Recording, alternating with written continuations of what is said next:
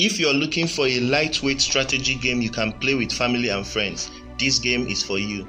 Chiyawa is a dice rolling game where players assume the role of herders and race to feed their animals in a ranch. In the game setup, players each collect their set of animals and place them at their barn. During a turn, a player rolls the die and move their animals accordingly. When they roll a 6, they can bring out one of their animals to the barn gate and play again. When they roll a 3, they can choose to bring out one of their animals to the barn gate but do not play again. When they roll a 1, 2, 3, 4 or 5, they move their animals that are already at the barn gate or on the board to places that have grasses on them.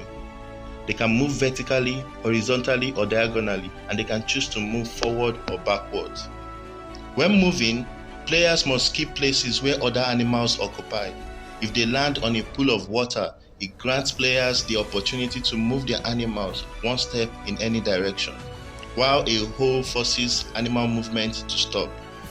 The game ends when a player is the first to feed all their animals, and that player wins the game.